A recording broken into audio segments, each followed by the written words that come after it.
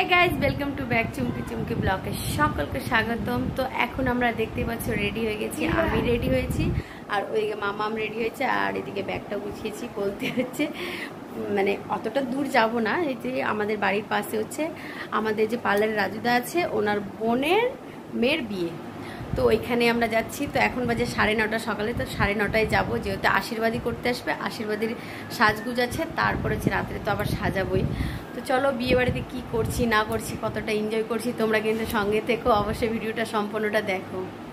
আমরা বিয়ে বাড়ি চলে এসেছি আর এদিকে মামা পড়ানো হচ্ছে মেহেন্দি, আর আমরা এখনই টিফিন করে বসলাম, ঘুগনি মুড়ি খেলাম আর উপরের রুমে আছি, আর এটা হচ্ছে ভরতের রুম। তারপরে এখন মেয়েকে সাজাবো আমরা। তো এখানে লাওয়া ভাজার কাজ চলছে, নিয়মকানুন করা হচ্ছে, বিয়ের আগে তো অনেক অনেক বিধি থাকে।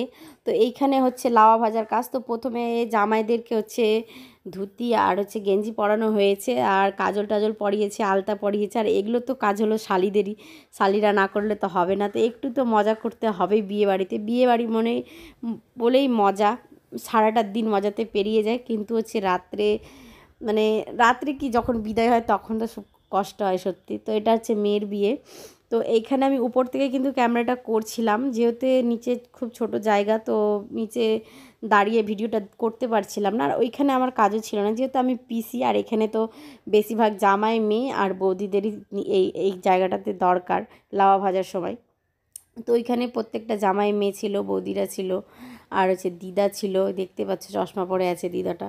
তো যাই হোক, এখন কমপ্লিট হয়ে গেলো, তারপর আমরা দুপুরে চলে গেলাম খেতে লজে। আর তোমাদেরকে বলি আজকে কিন্তু বিয়ে, তবু আজকে আশীর্বাদী আছে। তো আজকে মেয়েকে আশীর্বাদী করতে এসছে ছেলেদের বাড়ি থেকে, দেখতেই পাচ্ছ এখানে আশীর্বাদীটা হচ্ছে।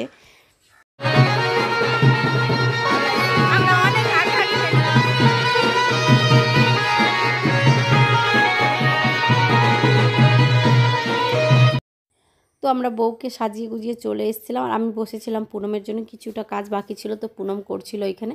আর অনেকটা লেট হয়ে গেছে, এখন বাজে রাত্রি 11:30, আর আমরা ব্রাইড সাজাতে অনেকটা লেট করে ফেলেছিলাম বলে আমি ভিডিওটা করতে পারিনি। আর যেহেতু গরমে এতটা গরম পড়েছে, মানে কি বলবো তোমাকে, থাকা যাচ্ছিল না, তার জন্য আমি বাড়ি চলে এসেছিলাম। আর এসে চালিয়ে এখানে একটু আমি সাজগোজ করলাম, দিয়ে বসেছিলাম। পুনম আসলে আমরা কিন্তু বিয়ে বাড়ি বেরিয়ে যাব, যেহেতু পুনম কিছুটা কাজ ছিল বলতে হেয়ারের কাজটাই ছিল। তো আজকের ব্লগটা কেমন লাগলো তোমরা অবশ্যই আমাকে বলবে। আজকে না কিছুদিন হয়ে গেল ব্লগটা, আজকে আমি তোমাদেরকে দিচ্ছি।